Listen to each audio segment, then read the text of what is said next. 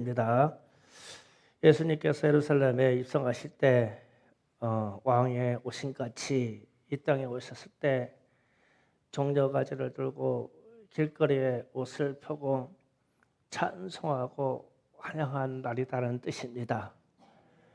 그러나 인간 세상의 요구대로 왕으로 오셔서 세상 권자에 오르지 아니하시고 자기 백성의 죄를 구원하시려고 오늘부터 일주일간 고난을 받으시고 믿는 자에게 구원을 베푸신 여정입니다. 그래서 일주일이 고난주간입니다. 이 일주일 동안의 삶에서 우리는 구원의 가치, 속죄함의 가치를 생각해 봐야 합니다.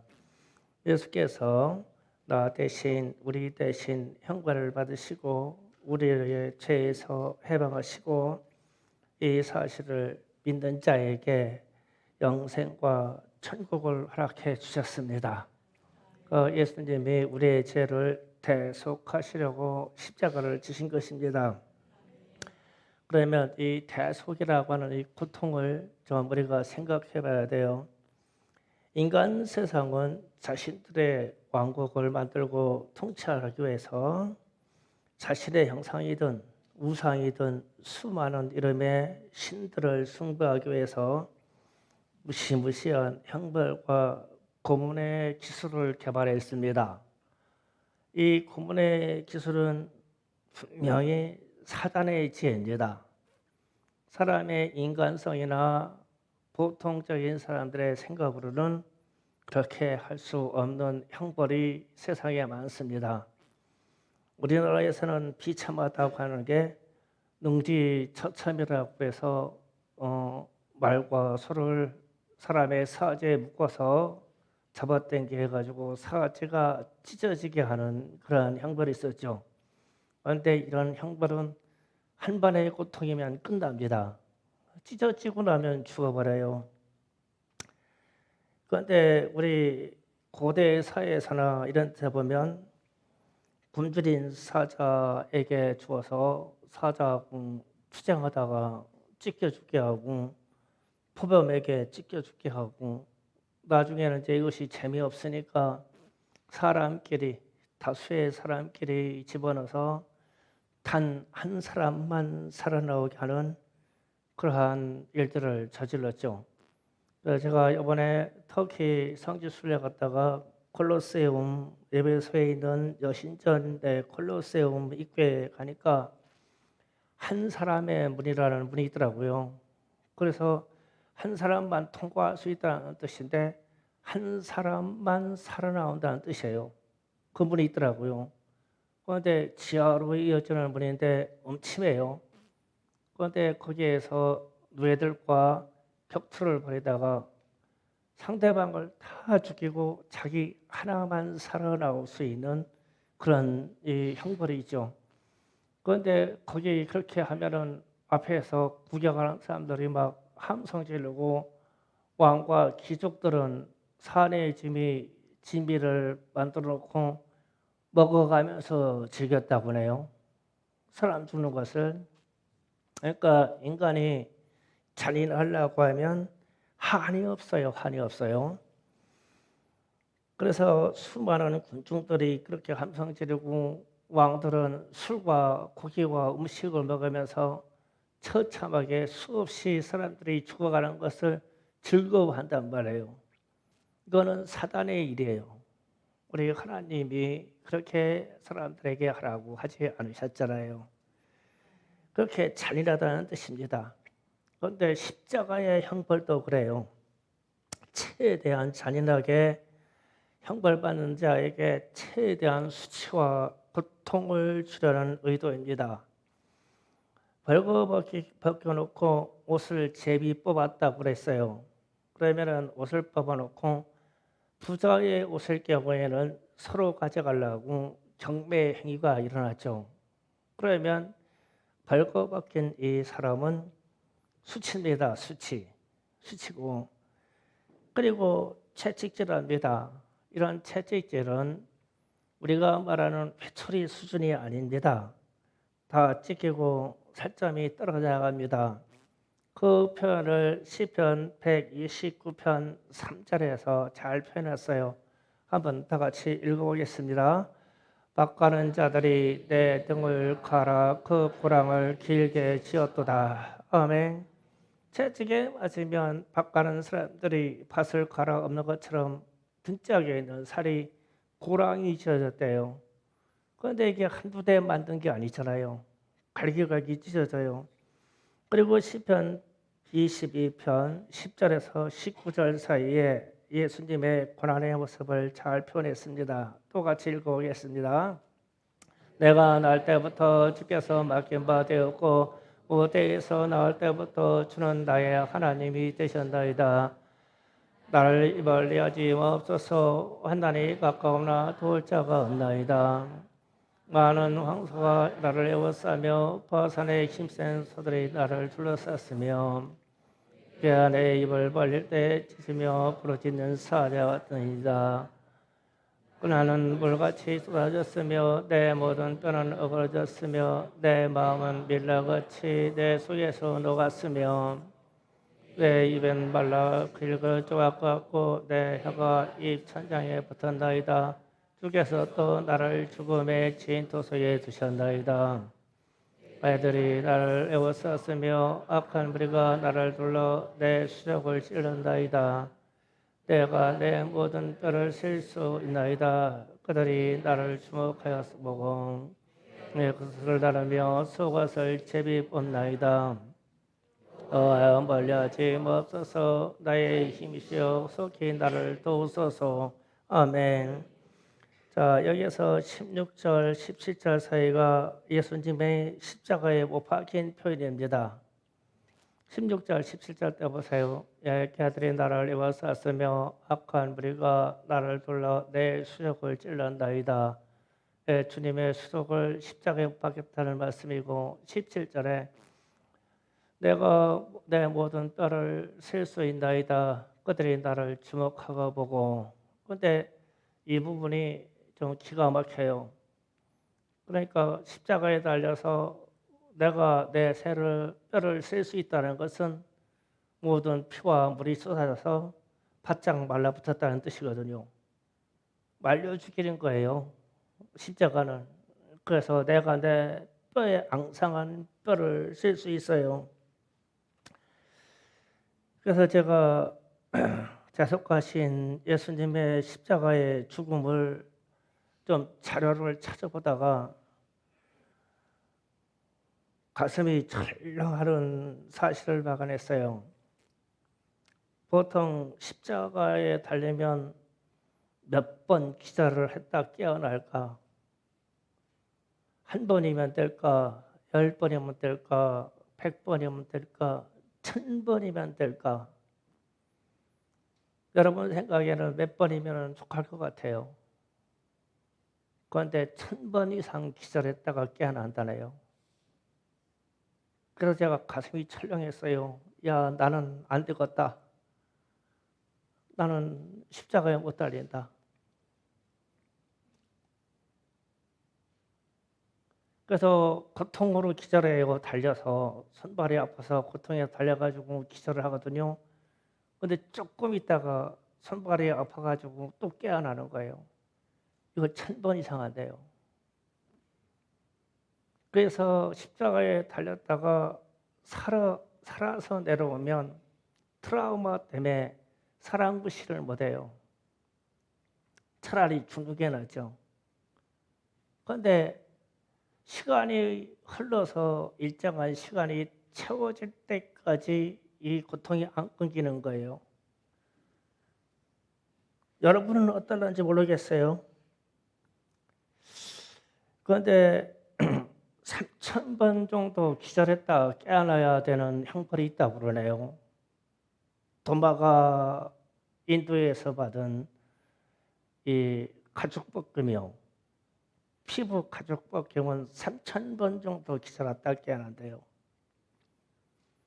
그래서 어떻게 하냐면 에리안 칼로 살점을 조금씩 드러낸대요. 기도하면서요. 이쪽 됐다 저쪽 됐다. 3,000번 정도 기절했다 깨어난대요. 그러면서 묻는 거예요. 기절해서 깨어날 때마다 예수를 부인하라. 그러면 아니라고, 예수는 나의 구원자입니다. 예수는 왕이십니다. 그러면 또 다른 등짝 살 떼고 또 기절하고 3,000번 정도 해야 된대요. 피부 가죽 벗김은. 제가 가슴이 철렁하다고 했잖아요. 이 얘기를 보고. 그래서 그런 생각을 해야 됐어요. 우리 충성교회의 여자 권사님들은 충분할 것 같다. 왜 그러냐면 뭐 쉽게 피부 상여하고 가서 눈 째고 잘하더라고. 그런 거 보니까 지금부터 연습하는 거예요. 충분해. 그 막 피부 상영하면서 연습 떨어지는 거 보니까 예수 십자가 지는 게 아니라 도마의 가죽 벗김을 우리는 연습하고 있어. 그래서 다 선교사로 보내고 싶어.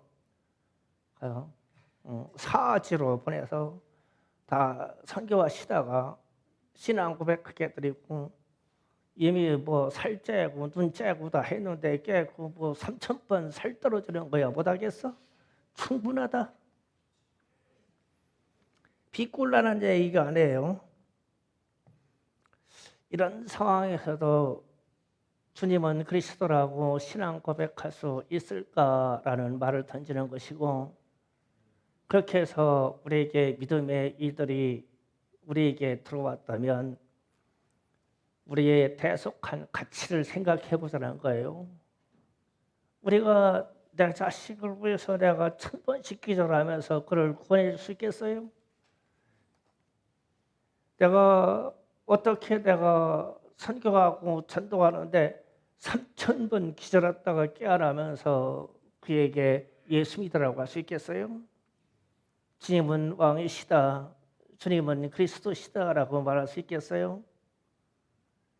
그래서 이 구속의 구원의 가치는 위대하다는 거예요. 그렇게 고통받아서 그렇게 피물을 다 흘려서 이론이 아닌 이 생명의 고통을 받으시고 우리를 구속하셨으며 우리를 구원케 하셨다고요. 그 이후에 제자들이 이 사실의 복음을 전할 때 제자들도 다 그렇게 순교했어요. 그렇게 해서 우리에게 믿음이 왔어요. 그래서 이 믿음의 역사를 가볍게 여기지 마시고, 가치를 가볍게 여기지 마시고, 예수 십자가 그러면은 좀 감동하시기 바래요. 감격요. 그게 좀 있어야 되지 않겠어요? 그래서 우리는 믿음의 사진들이 수많은 고통을 가지고 우리에게 이 믿음의 역사, 신앙의 고백을 우리에게 전해 주었단 말이에요. 좀 더 감사했으면 좋겠어요. 그래서 이사야서 53장 6절에 아주 잘 표현했어요. 다 같이 읽어보겠습니다. 우리는 다 양 같아서 그렇다 하여 각기 제 길로 갔거늘 여호와께서는 우리 모두의 죄악을 그에게 담당시키셨도다. 아멘. 우리의 모든 죄악을 우리 주 예수께 담당시키셨도다. 그 예수께서 담당하셨어요, 우리의 죄악을. 그래서 우리는 이 사실을 믿음으로 받아들여서 우리가 대속하였다는 것을 받아들여서 구원하였다는 것을 받아들여서 이 고난 주간의 의미를 깨닫기를 주의 이름으로 축복합니다. 이렇게 주님은 우리를 구원하셨고 우리는 그 혜택을 받았어요. 그래서 구원은 은혜라고 말하는 거예요. 은혜 아니고는 받을 수가 없어요. 우리는 이러한 은혜를 우리 자식에게나 이웃에게나 베풀 수는 없지만, 그런 고통으로 베풀 수는 없지만 말로 전도하여 베풀 수 있는 방법은 있어요. 그러니까 3,000번씩 기도하려고 하지 말고 입으로 전도는 하세요. 그러면 할 수 있지 않겠어요? 예, 예수 십자가 생각하면요 전도할 수 있어요. 전도하셔야 됩니다. 제가 금요일 날 아주 여러분에게 강력하게 말씀 선포했어요. 예, 전도할 시간이 줄어듭니다. 이 세상 상황을 봐서는 전도할 환경과 시간이 사라지기 시작합니다. 시간이 없어요. 빨리빨리 전도하시기 바랍니다.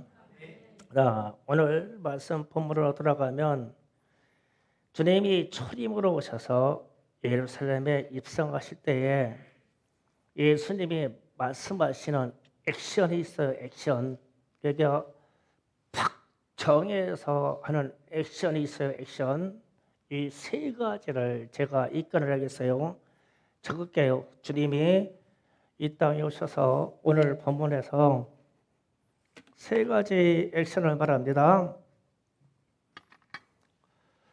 첫 번째로 찬송을 말했어요. 찬송을 말씀하시고, 두 번째로 보살핌을 받는 때, 보살핌의 때를 말씀하시고, 세 번째 만민이 기도하는 집에 대해서 말씀했어요.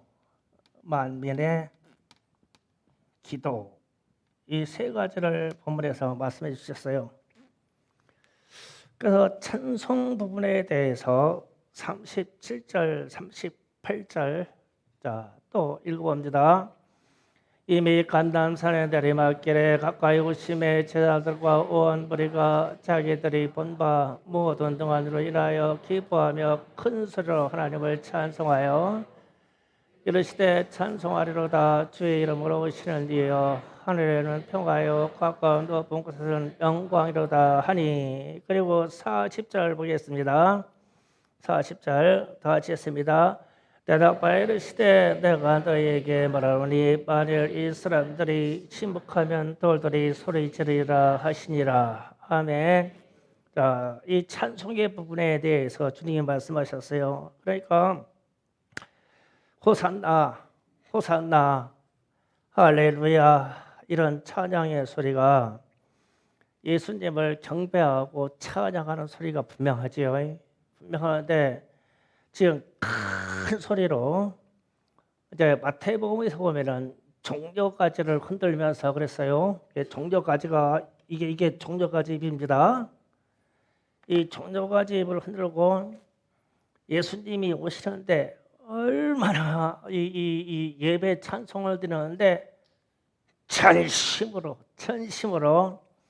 신령과 진정으로 예수님을 환영하는 이런 예배를 드렸어요. 찬송을 그렇게 드렸어요. 오늘 우리 찬양단 찬양을 보니까 전심으로 찬양을 잘해요.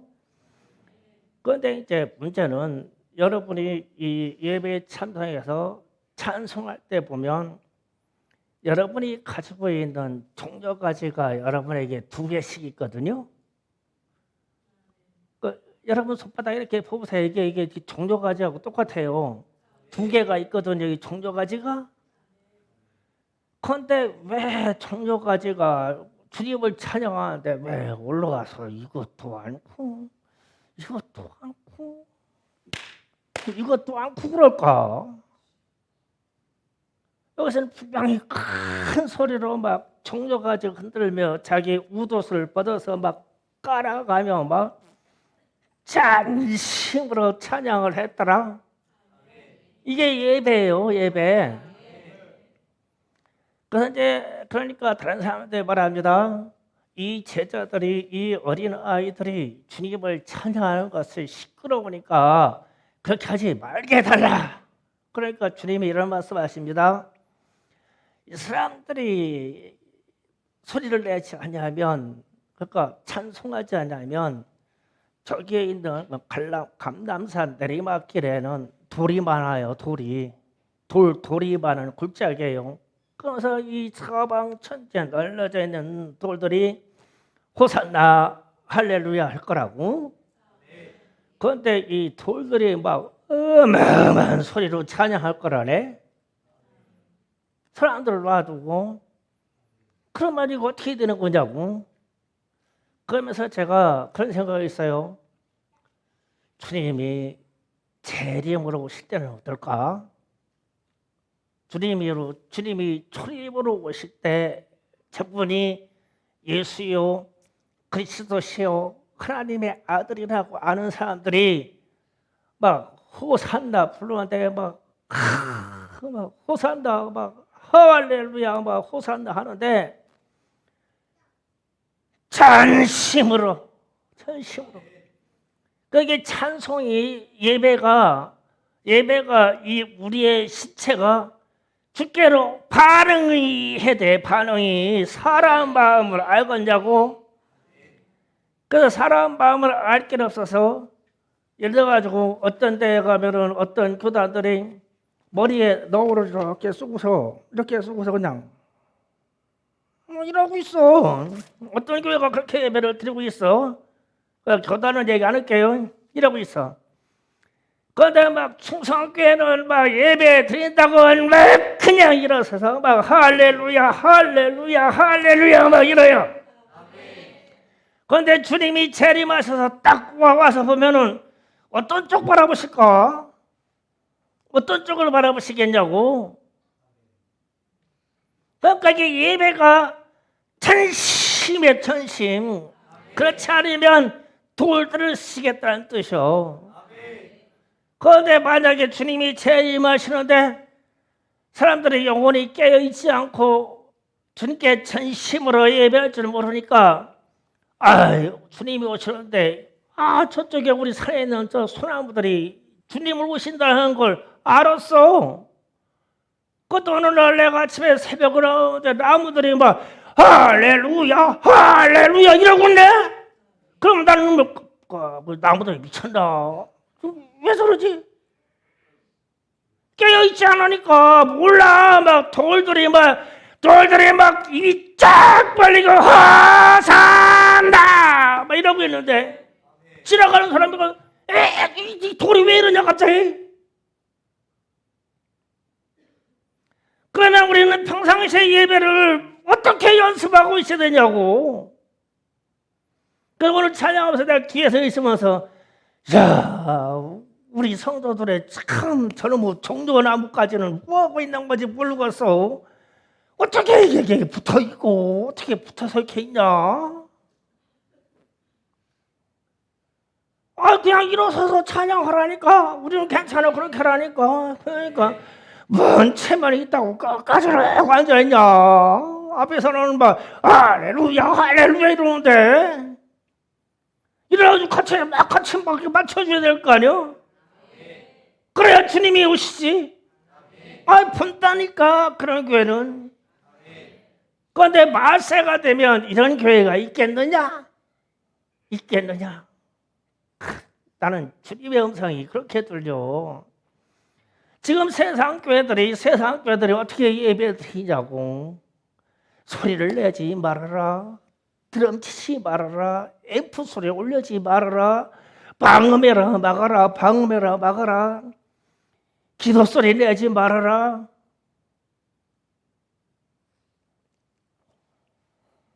특히 가서 서문화 어디 교회 갔는데 교회 터에 돌로 만든 강단이 좋아하는 강단이 있더라고요. 돌 기둥에다가 딱 큰 돌로 놨어. 거기가 옛날에 사도들이 설교하던 강단이라네.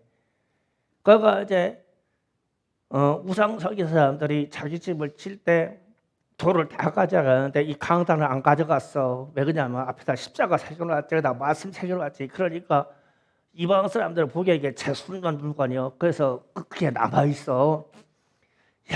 저기 번호떡하고 하는데 가가지고 목사님들이 다 기념사진을 찍어야 되는데 여기에서 손을 들고 그렇게 사진 찍지. 소리는 쬐끔하게 내야 돼요. 주여. 들을까봐 사방에 들으면 언제 죽을지 모르니까 주여 할렐루야 이러는 거요. 그래서 내가 가만히 들어보니까 자존심이 무진 상해요. 내가 한번 죽고 말지. 그래가지고 손을 막 잡고 할렐루야 쩌렁쩌렁 울리게 막 그랬어. 그랬더니 분회장님이 오셔가지고 아유 목사님은 백골에 뭔 소리가 달려가지고 겁이 없으세요? 겁이 있거나 말거나 할렐루야 하자는데 그러면 할렐루야 이래야 되냐고. 곧 죽어도 할렐루야는 크게 해야지. 호산나 그러면 막 해야지. 주님을 찬양하라 그러면 막 해야지. 이 돌들이 소리 지르기 전에.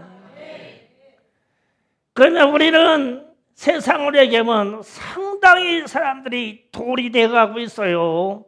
너무 쓰고 입은 탔고. 그 사람의 마음이 어떤지 모르는데 가슴에다 손을 붙여가지고 이러고 있네. 이러고 무슨 생각을 했어? 야 오늘 돈이 얼마나 벌릴까? 아이고 통장에서 돈 빠져나가네. 묵상이라는 걸 해보라고. 묵상이라는 거 세상 온갖 잡생각만 들어오지 차라리 큰 소리가 나지 않냐고요. 내 내성이 깨지게. 주님이 그 액션을 지금 그걸 취하는 거예요. 제자들과 어린아이들이 종려가지를 들고 막 흔들면서 찬양하는 게 맞다. 첫 번째 액션이 그거예요. 조금 있다 주님이 십자가지로 가시거든요. 그리고 와서 이제 두 번째 말씀하시는 날을 44절의 말씀입니다. 44절에 너와 및 그가 내 자식들을 땅에 메어치며 돌 하나도 돌에 남기지 아니하리니 이는 내가 보살핌을 받는 날을 알지 못함을 인함이니라 하시니라. 보살핌을 받는 날. 자, 우리가 예수 믿고 구원받고 주님이 오시는 날까지 혹은 우리의 육체의 생명이 끝나는 날까지 우리는 무슨 이유가 있든 간에 하나님이 구원하심으로 말미암아 보살핌을 받아요. 그러면 내가 하나님으로 구원받아서 하나님으로부터 보살핌을 받고 먹고 마심의 쓰임을 다 받으며 그리고 내가 하나님께 감사할 수 있으며 내가 예배할 수 있으며 이러면은 내가 하나님으로부터 보살핌을 받는구나. 그러면 하나님은 나를 구원에 이끌고 가시고 하여 끝까지 견인하셔. 성령으로 우리를 포기하지 않으셔. 왜냐하면 주님이 우리를 보살핌을 베풀어야 되기 때문에, 우리 하나님이 우리에게 보살핌을 베풀어야 되기 때문에 이스라엘 백성도 주님이 포기하지 않으시고 끝까지 이끌어가면 살아. 우리도 주님이 포기하지 않고 끝까지 이끌어가면 사셔. 그래서 믿는 자에게 너에게 영생을 주겠다. 믿는 자에게 너에게 축복을 주시겠다. 믿는 자에게 영생하는 그 길을 주겠다. 믿는 자에게 길을 주시겠다. 믿는 자에게 진리를 주시겠다. 믿는 자에게 생명을 주시겠다. 이 말씀은 끝까지 꾸고 가시겠다는 거예요. 이게 보살펴준다고 그래. 보살펴준다. 그러면 우리는 믿을만 하죠. 이런 분을 믿을만 해요. 믿어야 돼요. 그래서 똑같이 생각하는 거예요. 그러면 주님이 재림하실 때는, 주님의 재심할 때는 우리의 무슨 모습을 또 살펴보실까? 우리의 신앙 고백이 어떤 환경과 어떤 환난과 재난이 와도 하나님은 나를 끝까지 포기하지 않으시고 나를 보살피셔. 하나님은 우리 교회를 끝까지 포기하지 아니하시고 우리를 이끌고 가셔. 그런 사람들을 찾지 않겠어요? 그러면 내가 하나님이 나를 보살피고 있다 그러면 얼마나 담대하겠어요, 그죠? 담대하고 두려움이 없고 세상에서 좀 고생스러우나 살만하고 감사할 수 있고, 야 하나님이 나를 끝까지 책임지고 끌고 가시네. 그러면은 만약에 이거를 잃어버리면 오늘 말씀했잖아요. 초림에서 하신 분이 너희가 보살핌을 받는 날을 잃어버렸기 때문에 심판한다. 그러면 마지막 때 재림하실 때 똑같이 너희가 내가 보살핌을 하고 있다는 것을 잃어버리면 너희들은 실족되고 심판받은. 그렇지 않겠어요? 그 실제로 이스라엘의 그 엄청난 성이 주 70년경에 로마 전쟁을 해가지고 막 벽돌 위에 벽돌 하나 남지 않도록 막 다 파괴되죠. 다 죽어나가잖아요. 그랬을 때 주님이 하시는 말씀이에요. 지금 보살핌을 받는 나를 너희가 알지 못했기 때문에 심판받는다고. 그럼 우리는 주님이 오시는 그날까지 무슨 일이 있어도 주님이 우리를 보살피신다고, 나와 동행하신다고, 나를 축복하신다고 믿는 거예요. 믿는데 막 끝까지 믿는 거야. 견고한 성으로 믿는 거야. 두려워하지 말라, 놀라지 말라, 강하고 담대하라. 그렇게 믿는 거예요. 우리는 왜 나를 보살펴 주시니까. 이해가 가셔요? 그리고 나서 세 번째로 주님이 말씀하시기를 45절 이하에서 만민이 기도하는 집에 대해서 얘기했어요. 그러면 우리가 교회를 개척하고 건축해서 여기까지 왔어요. 그러면 이 교회의 기능은 누구나 이곳에서 기도할 수 있다는 거예요. 정해진 시간에 기도할 수 있고, 개인의 정해진 시간에 기도할 수 있고, 쉬지 않고 기도할 수 있고, 기도하는 집에서 기도하지 아니하면 어떻게 되겠어요? 강도의 소굴이 되는 거예요. 주님이 지금 반대쪽으로 말씀을 끌어낼 때 갑자기 강도의 소굴이라고 하잖아요. 기도하지 않으면, 교회가 기도하지 않으면 강도의 소굴이라 되고, 교회가 문 닫아지면 유흥업소나 되지 뭐가 되겠어요? 그러니까 교회는 만민이 기도하는 집이에요. 그 주님이 성을 보고 우시고 성전에 들어가서 막 분노하시면서 막 다 들어보면서 막 장사치들을 다 내쫓으시면서 하시는 말씀이, 만민이 기도하는 집에서 너희가 여기서 기도를 해야 되는데 여기에서 장사를 해요. 이 강도의 소굴들아, 야 이 강도들아. 이제 그 말씀하시는 거잖아요. 그러면 우리도 교회의 기능이 기도하는 집을 만들면 되죠. 기도하는 집이요. 그런데 이 기도하는 집 하려면요, 우리가 이슬람을 따라가지 못합니다. 이게 문제예요. 이슬람이 이제 겁나게 팽창된다고요. 터키 갔는데 라마단 기간인데 하루에 5번 사이렌 울려요. 그게 뭐냐면 기도하는 시간을 알려주는 거거든요. 그런데 이 이슬람 사원이 서로 골목마다 보이게 돼 있어요. 보이게. 도시 하나가 있는 게 아니라 그냥 우리나라의 교회 십자가 많이 있는 것처럼 그렇게 막 깔려 있어요. 도시에. 그러면 이 성전 꼭대기에 있는 첨탑에서 왕 하고서 울리는 사이렌이 동시에 저녁에 있는 성전에서 다 울려.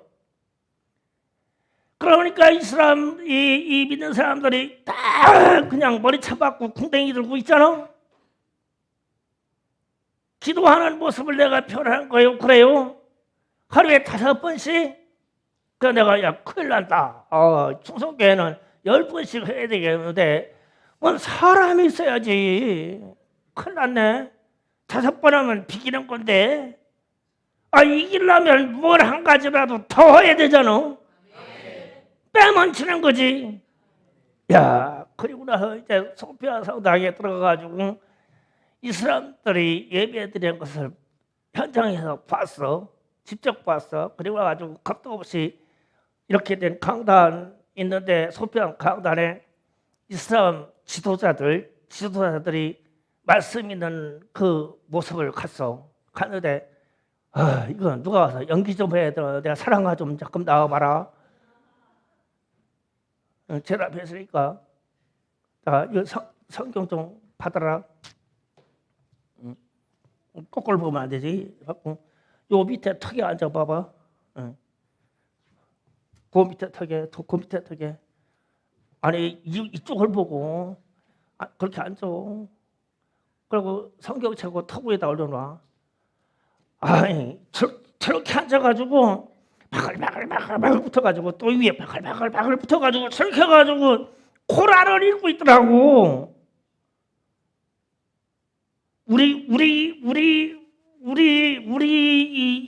이 성경이 코란보다 천배만배 낫잖아. 우리께 거짓말 사건은 코란보다는 참된 성경이 낫잖아.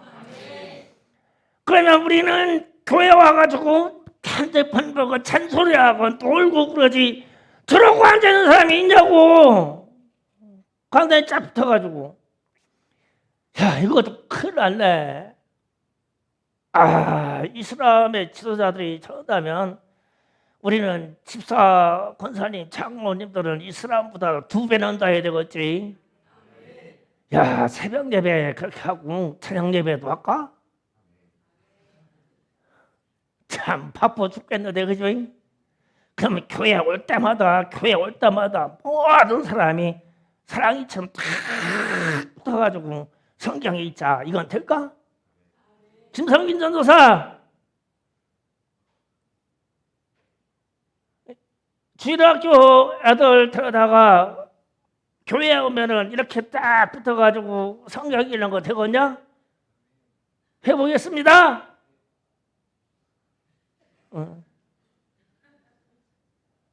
김나라 집사도 일어나 봐봐. 중고등부 학생들한테 이게 되겠냐? 중고등부 학생들 들었지? 네. 권사님들 되겠어요? 남자들은 뭐 개배워서 내가 말 묻어요. 시험 들면 나한테 덤비니까. 성경책 주고 들어가라 이제.